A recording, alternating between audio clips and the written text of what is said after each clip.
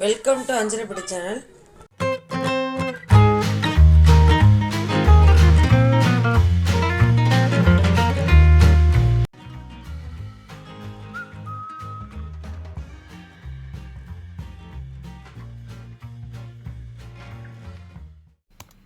இப்போ hot bites எப்படி வந்து பார்க்கலாம். அரை கப் வந்து பாசிப்பருப்பு எடுத்து வச்சுக்கோங்க. ஒரு கப் தண்ணி ஊற்றி நல்லா 1 ஹவருக்கு நல்லா ஊற விடுங்க. நல்லா ஊறணும். ஊறினதுக்கப்புறம் ஜாரில் எடுத்து ட்ரான்ஸ்ஃபர் பண்ணிக்கலாம். தண்ணியை எடுத்துக்கோங்க. எடுத்துகிட்டு கொஞ்சம் கொஞ்சமாக போடுங்க. 1/4 கப் வந்து பச்சை மிளகா போட்டிருக்கேன். ஒரு 10 பச்சை மிளகா போட்டிருப்பேன். 4 இஞ்சி போட்டுக்கோங்க. 1 இஞ்சியை 4 கட் பண்ணியிருக்கேன். நல்லா அரைச்சி வச்சுக்கோங்க. தண்ணி எடுத்து வச்சுக்கலாம். பாத்திரத்தில் 1 கப் வந்து கோதுமை போட்டுக்கோங்க.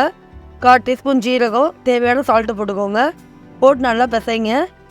நல்லா எண்ணெய் கலந்து விட்டுக்கோங்க. இப்போ அரைச்சி வச்ச பேஸ்ட்டை வந்து போட்டுற போகிறோம். பாசிப்பருப்பு அரைச்சதை போட்டு நல்லா மிக்ஸ் பண்ணுங்கள். தண்ணி எதுவும் ஊற்ற வேண்டாம். ஃபஸ்ட்டு நல்லா மிக்ஸ் பண்ணுங்கள். தண்ணி தேவைப்பட தண்ணி ஊற்றுங்க. இல்லை தண்ணி தேவைப்பட ஊற்ற வேண்டாம். நல்லா பிசைஞ்சாச்சு. தண்ணி தேவைப்படலை. 2 டீஸ்பூன் நெய் ஊற்றிக்கோங்க. சாஃப்ட்னஸ்க்காக தான்.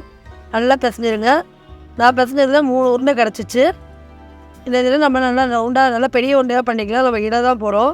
நல்லா ரவுண்ட் ஷேப் நல்லா இட்டுருங்க. நல்லா எவ்வளோ தூரம் மெலிசாக எடுக்கணுமோ அந்த அளவுக்கு மெலிசாக எடுத்துருங்க. இப்போ ஹார்ட் ஷேப் மோல்டில் வச்சு நாங்கள் இந்த மாதிரி ஷேப் போட்டிருக்கோம். அவங்க என்ன விருப்பமோ நீங்கள் போட்டுக்கலாம். ஹார்ட் ஷேப்புங்கிறது பார்க்குறது நல்லாயிருக்கும்.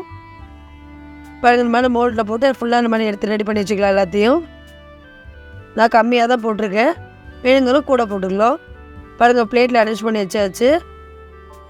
பாருங்கள், நல்லா ஹார்ட் ஷேப் நல்லா கிளியராக இருக்குது. பாருங்கள், இப்போ வந்து மசாலா ரெடி பண்ணிக்கலாம். 1 teaspoon chilli powder, 1 teaspoon garam masala, 1 teaspoon curry leaf powder போட்டிருக்கேன். 1 டீஸ்பூன் பீஸா உடகனை போட்டிருக்கேன். சால்ட்டு தேவையான போட்டு எல்லாம் மிக்சியில் போட்டு அரைச்சிட்டு வந்துருங்க எல்லாத்தையும். இப்போ வந்து மீடியம் ஹீட்டில் எண்ணெய் வச்சுக்கோங்க. இதை ஒரு 2 போட்டு எடுத்துக்கலாம். மீடியம் ஃப்ளேம்லேயே இருக்கணும். ரொம்ப ஹை ஃப்ளேமில் தான் கறியிடும். கோல்டன் ப்ரௌன் ஆகணும். பாருங்கள், இப்போ ரெடி ஆகிடுச்சு. இப்போ பிளேட்டில் ட்ரான்ஸ்ஃபர் பண்ணிட்டு அந்த மசாலா ரெடி பண்ணி வச்சுக்கோங்க. மசாலா வந்து மேலே டாப்பிங் மாதிரி போடுங்க. சாஸும் சூப்பராக இருக்கும். அது பிடிச்சா லைக் பண்ணுங்கள், ஷேர் பண்ணி சொல்லுங்கள். தேங்க்ஸ் ஃபார் வாட்சிங்.